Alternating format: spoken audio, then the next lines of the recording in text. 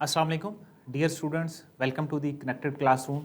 आपके एग्ज़ाम जो हैं वो ओवर हो चुके हैं और आपका 10th का जो सेशन है वो नया कंटिन्यू हो चुका है। उन सारे स्टूडेंट्स जिनने एग्ज़ाम्स की जो अच्छी प्रिपरेशन की है, होपफुली कि उनके एग्ज़ाम्स जो हैं वो बहुत अच्छे कंडक्ट हुए होंगे और वो एंथुजियास्टिकली अपना जो 10th की क्लास है उसको कंटिन्यू कर सकते हैं। जिन स्टूडेंट्स के कुछ एग्ज़ाम्स जो हैं वो थोड़े से डाउन हुई हैं, कुछ वो अगले नेक्स्ट सेकंड एनुअल का सोच रहे हैं या उनको ऐसे लगता है कि खुदा न खास्ता उनका जो कोई पेपर है वो स्लिप हो सकता है, तो दोनों सूरतों में उनको क्या करना है, उनको अपनी जो नेक्स्ट क्लास की प्रिपरेशन है उसको पहले दिन से ही और ज़्यादा मेहनत से इम्प्रूव करना है। क्योंकि अगर आपके पास पुराना जो किसी भी सब्जेक्ट का बर्डन इंक्रीज़ हो जाएगा साथ, तो आपको इकट्ठा उन सारी चीज़ों को प्रिपेयर करना टफ़ हो जाएगा। तो उन बच्चों को और ज़्यादा इम्प्रूव करना है और ज़्यादा मेहनत करनी है। और जिन स्टूडेंट्स की अच्छे एग्ज़ाम्स हुए हैं 9th क्लास के, तो उनको किस हवाले से प्रिपेयर करना है कि वो अपनी जो 10th की क्लास है उसमें भी उसी मोमेंटम को कैरी फॉरवर्ड करें और अपने अच्छे जो 10th की क्लास है उसमें से अच्छा स्कोर करें ताकि आगे जो है वो अपनी अच्छी किसी फील्ड में जा सकें। I am mister Suhail, your mathematics teacher. और जिस तरह प्रीवियस आपने लेक्चर जो हैं वो हमारे साथ कंटिन्यू किए हैं, इस साल भी हम अपनी जो 10th की क्लास की सीरीज़ होगी उसको पहले चैप्टर से लेकर एंड तक सारी जो बुक है उसको फॉलो करेंगे। वीकली हम हर सिलेबस को कोशिश करेंगे कि हर टॉपिक को एक डिटेल के साथ हम उसको कंप्लीट करें ताकि हर हवाले से जो टॉपिक की हर सारी चीज़ें हैं वो आपको क्लियर हों। और जिस तरीके से आपने 9th के एग्ज़ाम्स दिए हैं, हमने जो वर्कशीट्स तैयार की थी, जो क्रैश कोर्स बनाया था, उसमें से 90 से 95% जो चीज़ें थी वही एग्ज़ाम्स में उसी के रेलिवेंट जो है वो पूछी गई थी। वो एमसीक्यूज़ हों, वो शॉर्ट क्वेश्चंस हों या वो लॉन्ग क्वेश्चंस हों। और ये सारे जो सब्जेक्ट्स हैं, यानी कि मैथमेटिक्स हो, फिज़िक्स हो, बायोलॉजी हो, कंप्यूटर, इंग्लिश, इन सारे जो सब्जेक्ट्स की प्रिपरेशन है, जिन बच्चों ने साथ की है या जो व्हाट्सएप चैनल जिन्होंने ज्वाइन किया था, जिन्होंने यूट्यूब पे जो है वो लेक्चर्स को सुना है, होपफुली कि उनको बहुत ज़्यादा इससे इस्तेफ़ादा हुआ होगा और आपके अपने जो एग्ज़ाम्स हैं वो अच्छे कंडक्ट हुए होंगे। तो आज की जो हमारी क्लास है उसमें हम जो 10th क्लास है उसका जो पहला चैप्टर है उसको स्टार्ट करते हैं। और ये जो चैप्टर है ये है कॉम्प्लेक्स नंबर्स के बारे में। तो पेज नंबर है आपका 6 पेज के ऊपर आपका है कॉम्प्लेक्स नंबर्स।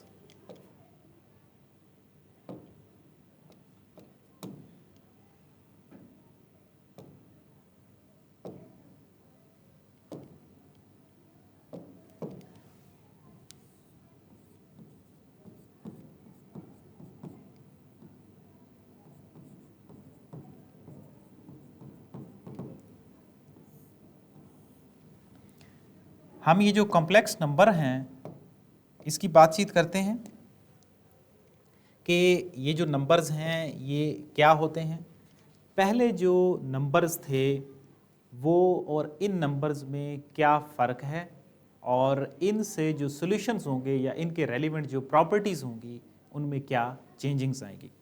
तो कॉम्प्लेक्स नंबर्स क्या हैं जी? Until the 17th century mathematics were puzzled by the square roots of negative number. कि 17th सेंचुरी तक जो नेगेटिव नंबर्स के स्क्वायर रूट्स थे उनके बारे में प्रॉब्लम आ रही थी, उनका सोल्यूशन जो है वो नहीं आ रहा था। For example the solution of x square -2 is equal to 0 are √2 and -√2। But what about the solution of x square +2। हम ये जो एग्जाम्पल इन्होंने दी है, हम इस एग्जाम्पल को ऐसे समझते हैं कि अगर तो हो एक्स स्क्वायर -4, तो इसका तो सोल्यूशन आप निकाल सकते थे कि x square is equal to 4 कर लिया, दोनों साइड पे आप स्क्वायर रूट करेंगे तो उससे जो सोल्यूशन बनेगा वो बनेगा +-2। लेकिन अगर यही जो इक्वेशन है ये ऐसे बन जाए, x square +4 is equal to 0 और x square is equal to -4, इसका अगर हम स्क्वायर रूट करें तो ये जो माइनस वाले स्क्वायर रूट थे इनके बारे में जो है वो प्रॉब्लम आ रही थी कि इनका जो सोल्यूशन है वो कैसे जस्टिफाई उसको किया जाए या वो क्या होना चाहिए।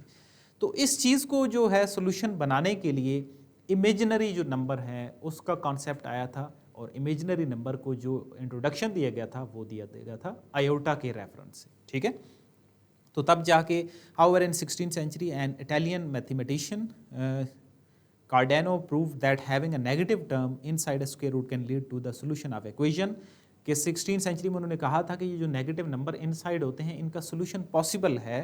Letter in 18th century mathematical Carl Friedrich Gauss consolidated Cardano's premises in addition to developing a treatise on complex numbers in a plane and thereby established the modern base of the term। ठीक है, और फिर 18th century में इनके reference से फिर बातचीत हुई थी कि इनको हम कैसे जो है वो आगे इंट्रोड्यूस कराएंगे। सो नेगेटिव नंबर्स क्या थे जी, उनको हमने आयोटा का नाम दे दिया था। आयोटा के रेफरेंस से दो वैल्यूज़ इंट्रोड्यूस हो गई, एक आयोटा जिसकी वैल्यू होती है -1 स्क्वायर रूट, और इसी के रेफरेंस से ही दूसरी वैल्यू है iota square which is equal to -1। Means यहाँ से ही अगर इसका स्क्वायर किया जाए तो वो वैल्यू क्या बन जाती है, -1 बन जाती है। अब अगर हम इसी का सोल्यूशन यहाँ से फॉरवर्ड करें तो ये बेसिकली इस तरह इसको हम लिख सकते हैं -1 मल्टीप्लाई 4। ये -4 एक टर्म थी, तो -4 को हम लिख सकते हैं -1 मल्टीप्लाई बाय 4। अब हम इनको अलग अलग भी लिख सकते हैं, -1 का स्क्वायर रूट और 4 का स्क्वायर रूट। ये जो -1 का स्क्वायर रूट होगा ये किसके इक्वल है, आयोटा के इक्वल है। और आपको पता है कि जो 4 अंडर रूट है जिसकी हम यहाँ पे बातचीत कर चुके हैं कि वो +-2 के इक्वल है, तो इसका फिर आंसर बनेगा +-2 आयोटा। और ये किसका सोल्यूशन है, ये इस इक्वेशन का सोल्यूशन है जिसमें हमारे पास जो सोल्यूशन है अगर वो पॉसिबल ना हो तो उस सूरत में हम क्या करते हैं जी कि x² = -4, स्क्वायर रूट के अंदर हम माइनस इंट्रोड्यूस कर देते थे और फिर आगे हम आयोटा की जो वैल्यूज़ हैं उनके ज़रिए से इसको सॉर्ट आउट करते थे। सो ये हमारे पास दो वैल्यूज़ हैं, बेसिकली तो ये एक ही वैल्यू है आयोटा की, उसी का स्क्वायर करेंगे तो हमारे पास -1 बनेगा और हम इस तरीके से हम इक्वेशन को सॉल्व कर सकते हैं। ये थे हमारे कॉम्प्लेक्स नंबर्स। अब आगे जो है वो इसके रेफरेंस से सिर्फ एक नंबर नहीं होता कि वो नंबर इंट्रोड्यूस हो गया और उसको हम एक जगह पे इस्तेमाल कर सकते हैं, वो जनरलाइज्ड नंबर होता है। फिर उसी के रेफरेंस से जो सारी चीज़ें हैं वो चेंज हो जाती हैं कि उन नंबर्स की एडिशन कैसे होगी, उन नंबर्स की सब्ट्रैक्शन कैसे होगी, मल्टीप्लिकेशन कैसे होगी और डिवीजन कैसे होगी। मीन्स सारे जो जिस तरीके से आपने 9th क्लास में प्रॉपर्टीज़ पढ़ी थी, फॉर एग्जांपल कम्यूटेटिव लॉ है एडिशन के रेफरेंस से a + b = b + a, तो अब इसमें अगर दो कम्प्लेक्स नंबर्स आ जाएंगे उनको हमें अगर ऐड करना पड़ेगा तो हम उनको कैसे ऐड कर सकते हैं। इसी तरह उनकी डिवीजन के बारे में जो है वो प्रॉब्लम्स थी।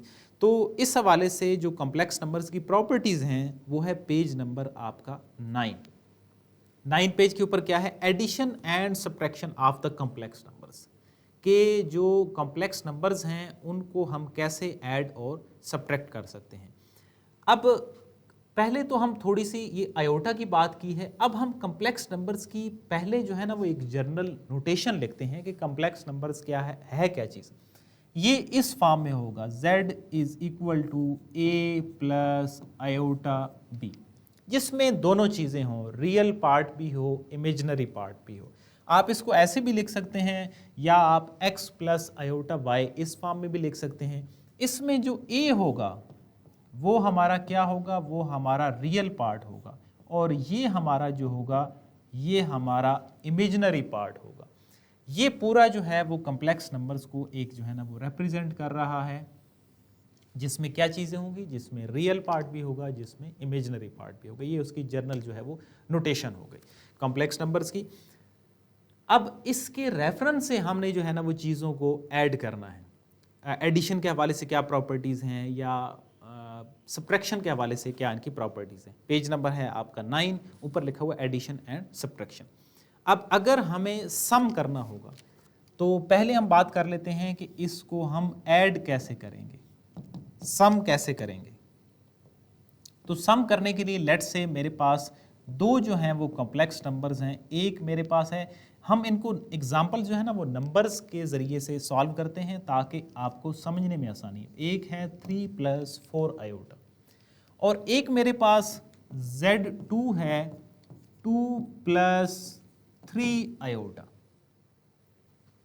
तो अब अगर इनको हमें ऐड करना हो z1 + z2 तो कैसे ऐड करेंगे, आप पहला जो नंबर है वो लिखेंगे 3 + 4 आयोटा और 2 + 3 आयोटा। तो क्या मतलब है इसका कि इनकी जो एडिशन होगी वो ऐसे होगी कि जो रियल पार्ट है वो रियल में ऐड हो जाएगा और जो इमेजिनरी पार्ट है वो इमेजिनरी के अंदर ऐड हो जाएगा। इस तरीके से इनकी जो है वो एडिशन होती है। मींस इसका आंसर क्या बनेगा 5 + 7 आयोटा। तो ये है इनको ऐड करने का तरीका। Same is the case with subtraction. जो डिफरेंस आता है वो इनकी जो ज़्यादातर डिफरेंस आता है वो इनकी डिवीजन में आता है और कुछ हद तक मल्टीप्लिकेशन में आता है। तो अगर हम यहाँ पे ही इनके डिफरेंस की बात कर लें, सब्ट्रैक्शन की बात कर लें,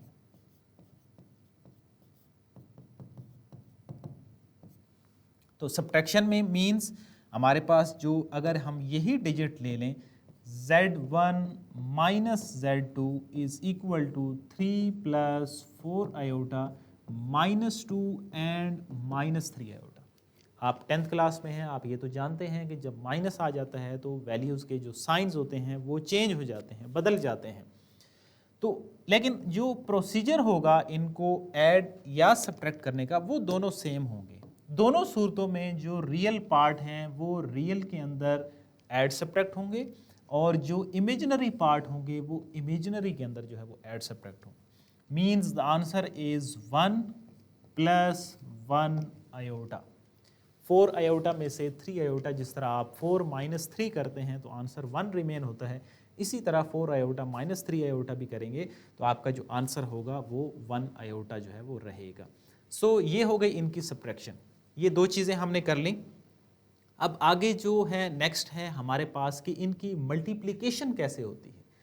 तो मल्टीप्लिकेशन पे कुछ हम बात कर लेते हैं और जो इनकी आल्दो जो डिवीज़न है वो कदरे मुख्तलिफ होती है, तो वो आगे जब एक एक्सरसाइज के अंदर हम उसको सॉल्व करेंगे तो वहाँ पे उनकी जो डिवीज़न होगी उसको भी हम चेक करेंगे। नेक्स्ट हमारे पास थर्ड चीज़ है इनकी मल्टीप्लिकेशन।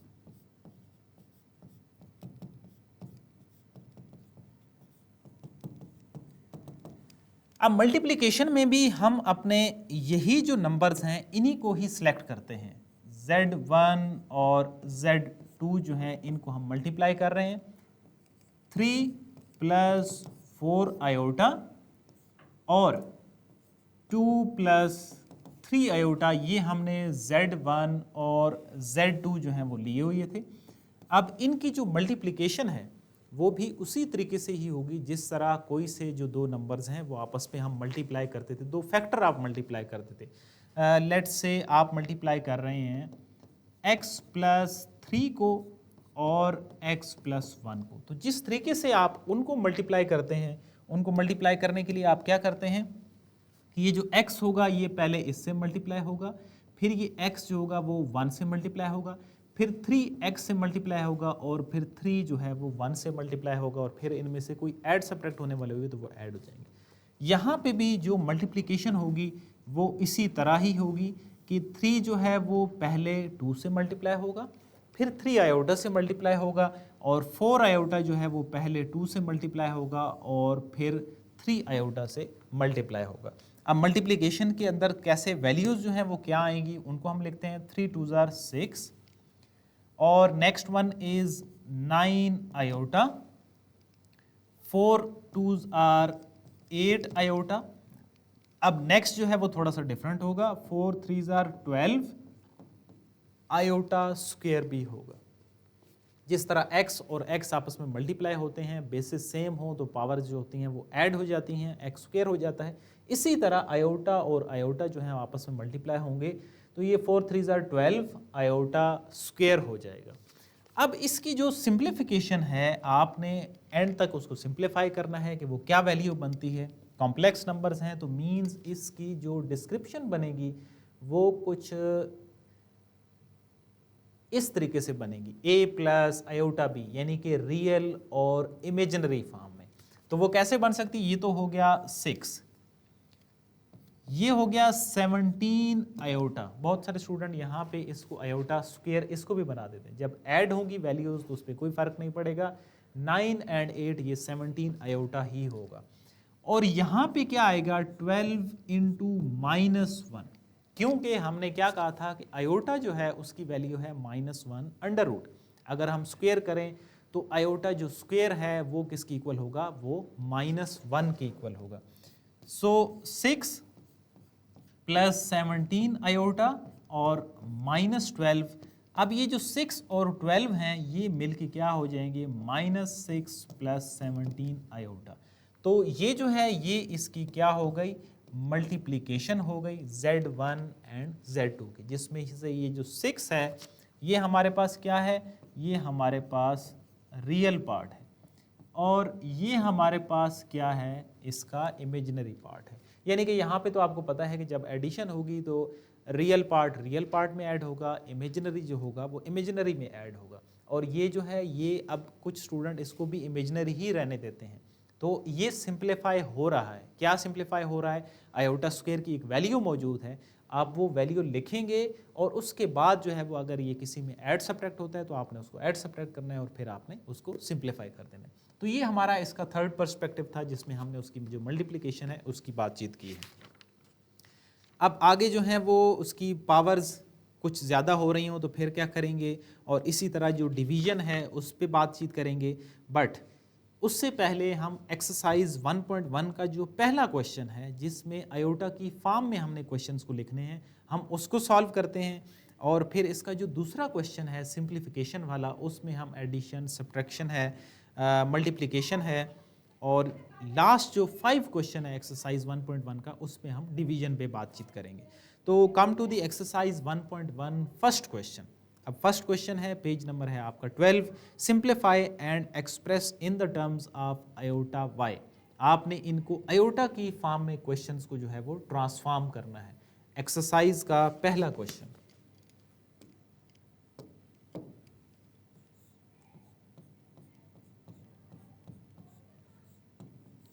आज हमारा जो लेक्चर होगा वो क्वेश्चन नंबर 1 तक कंसिस्ट होगा, जिसमें आप इमेजिनरी जो फॉर्म है नंबर्स की उस फॉर्म में लिखेंगे क्वेश्चंस को और ट्रांसफॉर्म करेंगे।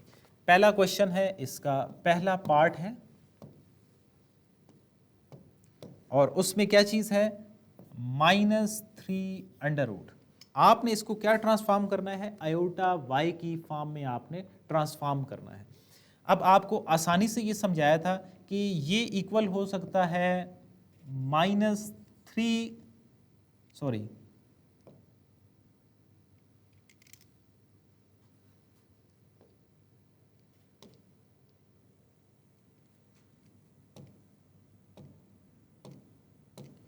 इसको हम लिख सकते हैं -1 × 3।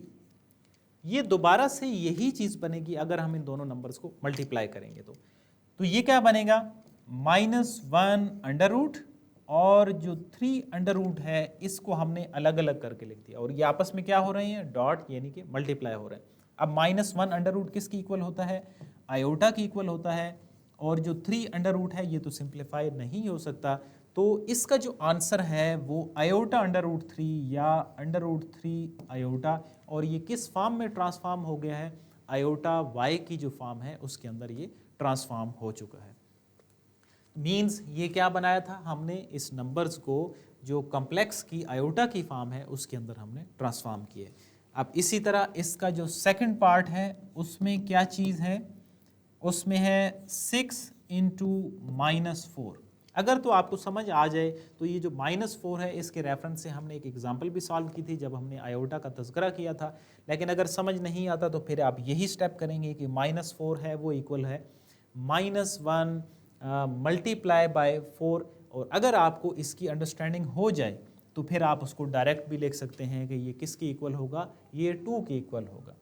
सो 6 हम इसको कंप्लीट ही सॉल्व करते हैं ताकि आपको सही चीज़ें क्लियर हों। 6 -1 √ और इसी तरह 4 है, यहाँ पे 6 हो जाएगा, ये आयोटा हो जाएगा और ये 2 हो जाएगा। ये मिल के क्या हो जाएंगे, ये मिल के 12 आयोटा हो जाएंगे। जो चीज़ें सिंप्लीफाई हो रही थी हमने उनको सिंप्लीफाई कर दिया और एंड पे उनको मल्टीप्लाई कर दिया, तो ये आयोटा वाई की फॉर्म में ट्रांसफॉर्म हो गया। ये हमारा सेकंड पार्ट था इसका। इसी तरह हमारा जो थर्ड पार्ट है, थर्ड पार्ट में है -4 / 9। अब इसमें क्या है, इसमें हमारे पास जो डिवीजन की फॉर्म में नंबर्स हैं तो आप इनको अगर आपको समझ आ जाए तो आप इसको लिख सकते हैं कि ये तो 2/3 आयोटा की इक्वल है। अगर समझ ना आए तो फिर आप इनको भी इसी तरह लिख सकते हैं कि ये -1 है और ये 4/9 है। मीन्स ये जो -1 है इसको आप अलहदा कर देंगे और ये जो 4/9 है इसमें नेगेटिव वाला जो कॉन्सेप्ट है वही ख़त्म हो गया है, तो ये आयोटा की इक्वल है। और ये तो आप जानते हैं कि 4 का जो स्क्वायर रूट है वो 2 हो जाएगा और 9 का जो स्क्वायर रूट होगा वो 3 की इक्वल हो जाएगा और ये कंप्लीट इक्वल है 2/3 आयोटा के इक्वल है। आई होप आपको ये क्वेश्चन जो हैं वो क्लियर हो रहे होंगे, क्योंकि इनमें इतनी ज़्यादा मुश्किल चीज़ नहीं है। पहला क्वेश्चन बेसिक ही है जिसमें आपने आयोटा की फॉर्म में उनको लिखना है, लेकिन अगर आपको बेसिक जो चीज़ें हैं, छोटे छोटे जो स्टेप्स हैं, अगर वो आपको क्लियर होंगे तो फिर आप नेक्स्ट जो क्वेश्चन हैं उनको आसानी से आप सॉल्व कर पाएंगे। इसी तरह नेक्स्ट पार्ट है, थोड़ी थोड़ी इनमें चेंजिंग्स हैं, वो ये लिखा हुआ है बाहर वाला अब जो माइनस है उसका अंदर वाला जो माइनस है उससे कोई जो है वो फिलहाल ताल्लुक नहीं है। बाहर एक अलग माइनस है, अंदर एक अलग वैल्यू का माइनस है। बाहर माइनस ही रहेगा, इसको हम लिखेंगे इसी तरह -1 × 20। ये आपके पास बनेगा -1 अंडर रूट बनेगा और 20 अंडर रूट बनेगा। डॉट दरम्यान में मैंने लगा दिया जो कि मल्टीप्लिकेशन है, पॉइंट नहीं है। अब ये तो हो गया माइनस और -1 अंडर रूट जो है वो आयोटा के इक्वल हो गया। प्रॉब्लम जो आ रही है वो 20 की आ रही है। अब जो 20 है ये सिंप्लीफाई हो रहा है तो हम इसको सिंप्लीफाई करेंगे। ये कैसे सिंप्लीफाई हो रहा है? 2 10s are 20, 2 5s are, ये हमने इसका क्या ले लिया, इसकी फैक्टराइजेशन कर दी। अब ये हमारे पास बन रहा है मीन्स 2√5। आप कैलकुलेटर से आपके डायरेक्ट भी उसको सिंप्लीफाई कर सकते हैं, लेकिन अगर आप ख़ुद से इसको करेंगे तो आपकी जो कैलकुलेशन है वो अच्छी होंगी। तो इसको हम क्या लिखेंगे, ये तो आपको पता ही है कि इसका जो स्क्वायर रूट है ये छोटी जो क्लासेस हैं उनमें समझाया जाता है। चले मैंने यहाँ पे भी लिख दिया कि 2 और 2 कैंसिल हो गया, अंडर रूट जो 5 है वो उसी तरह ही रहेगा, तो ये बनेगा 2√5। अब ये हमारे पास मैक्सिमम सिंप्लीफाई हो गया है और ये 2√5 आयोटा की इक्वल हो गया और माइनस जो है वो बाहर वाला माइनस है वो तो साथ रहेगा। मीन्स अब ये जो कंप्लीट है 2 -2√5 ये हमारे पास ऐसे समझ लें कि ये y है और साथ आयोटा जो है वो ये रिप्रेजेंट कर रहा है कि ये नंबर किस फॉर्म में है, ये इमेजिनरी फॉर्म में है। अब इसी तरह ही जो इसका 5 पार्ट है, 5 पार्ट में जो वैल्यूज़ हैं वो एक से ज़्यादा हैं, 4 - -60। अब ये जो है आप ऐसे समझिए कि जब ये एंड पे सॉल्व होगा तो ये एक कंप्लीट जो कॉम्प्लेक्स नंबर्स है उसकी फॉर्म में ट्रांसफॉर्म हो जाएगा, जिसमें कुछ हद तक जो है वो रियल पार्ट होगा और कुछ जो है वो इमेजिनरी पार्ट होगा। तो 4 ऐसे ही रहने देंगे, माइनस इसको हम अभी भी कंप्लीट ही सॉल्व करते हैं, -1 × 60, 4 -1 अंडर रूट और ये 60 अंडर रूट हो जाएगा, 4 माइनस ये तो हो गया आयोटा। अब प्रॉब्लम किसका है? 60 का है, तो 60 जो है वो सॉल्व हो रहा है। आप इसको √60 आयोटा नहीं लिख सकते। 60 कैसे सॉल्व हो रहा है? 2 का टेबल जाता है 30 टाइम, फिर 2 का टेबल जाएगा 15 टाइम, फिर 3 का टेबल जाएगा और इस तरह इसका जो आंसर बन रहा है, एक पेयर बना हुआ है 2 का और 3 × 5 हो जाएगा, तो ये बन रहा है 2√15। अब ये कंप्लीट जो नंबर्स है ये बनेगा 4 - 2√15 आयोटा। यानी इसमें जो 4 है वो हम हमारा क्या हो गया, ये हमारे पास रियल पार्ट हो गया और ये जो है ये हमारे पास इसका इमेजिनरी पार्ट हो गया। तो ये था इसका पार्ट नंबर 5। अब इसका एक पार्ट रहता है वो है 6 पार्ट, कि इसमें लिखा हुआ है -8 और साथ इसके जो वैल्यू है वो है -2, दोनों आपस में मल्टीप्लाई हो रहे हैं। अगर इस तरह की कंडीशन आ जाए तो फिर आप उनको कैसे सॉल्व करेंगे? आपको पता है कि दो अलग अलग अंडर रूट हों तो उनको एक ही के अंदर आप लिख सकते हैं। इनको हमने एक ही जगह पे लिख दिया, अब आप जानते हैं कि माइनस और माइनस जब आपस में मल्टीप्लाई हो रहे हों तो वो पॉजिटिव हो जाते हैं, ये पॉजिटिव हो गए और 8 2s आर 16 हो गया। तो अब इसका जो डायरेक्ट आंसर है वो हमारे पास 4 बनेगा। ये इमेजिनरी जो आयोटा y है उसकी फॉर्म में नहीं आ रहा, 2 माइनस थे, तो ये डायरेक्ट आंसर इसका क्या है, रियल फॉर्म में आ गया है। अगर इसमें से कोई एक जो माइनस है वो रिमूव कर दिया जाए तो फिर ये 4 आयोटा की फॉर्म में ट्रांसफॉर्म हो जाएगा। ये था हमारा पहला क्वेश्चन जिसमें हमने सिंप्लीफाई किया टर्म्स को और उनको आयोटा जो y है उसकी फॉर्म में ट्रांसफॉर्म किया है। यानी कि सारे जो क्वेश्चंस थे उनमें नेगेटिव अंडर रूट्स के अंदर वैल्यू थी, हमने उनको सिंप्लीफाई करने के बाद उसको क्या किया है, इमेजिनरी जो पार्ट्स हैं जो आयोटा हमने इंट्रोड्यूस किया है उस फॉर्म में हमने लिख दिया है। ये पहला क्वेश्चन था। अब जो क्वेश्चन नंबर 2 है उसमें क्या है, लिखा हुआ है कि सिंप्लीफाई करें। अब सिंप्लीफाई में आपने क्या करना है, चीज़ों को ऐड करना है, सब्ट्रैक्ट करना है। आल्दो हमने 3 जो प्रॉपर्टीज़ हैं, एडिशन, सब्ट्रैक्शन और मल्टीप्लिकेशन के रेफरेंस से हमने प्रॉपर्टी पढ़ी है कि उसके रेफरेंस एग्जाम्पल भी किए हैं। अगर तो वो आपने एग्जाम्पल अच्छे से समझी है तो फिर आप इस क्वेश्चन नंबर 2 के कम से कम जो बल्कि सारे जो पार्ट हैं वो आप सॉल्व खुद से कर सकते हैं। तो आपने क्या करना है, इनको जस्ट ट्राई करना है। हम जो हमारी नेक्स्ट क्लास होगी उसमें इनको सॉल्व करेंगे, बट इस जो लेक्चर में हमने एडिशन, सब्ट्रैक्शन और मल्टीप्लिकेशन की जो प्रॉपर्टीज़ पढ़ी हैं एग्जाम्पल के साथ, उन एग्जाम्पल्स को देखते हुए आप उनको खुद से ट्राई कर सकते हैं। तो आप इसके जो मैक्सिमम पार्ट होंगे वो सॉल्व कर पाएंगे। ये आज का जो हमारा लेक्चर है इसमें हम जो क्वेश्चन नंबर 1 है उस तक ही महदूद रहते हैं। क्वेश्चन नंबर 2 आपने खुद से ट्राई करना है, ये आपकी विल के ऊपर है। अगर आप ट्राई करते हैं तो आपको अच्छे से उस चीज़ों की समझ आएगी नेक्स्ट लेक्चर में। आज की जो हमारी क्लास है वो यहाँ तक। नेक्स्ट क्लास में इंशाल्लाह हम जो सेकंड क्वेश्चन होगा वहाँ से स्टार्ट करेंगे। See you in the next class. Till then, अल्लाह हाफिज़।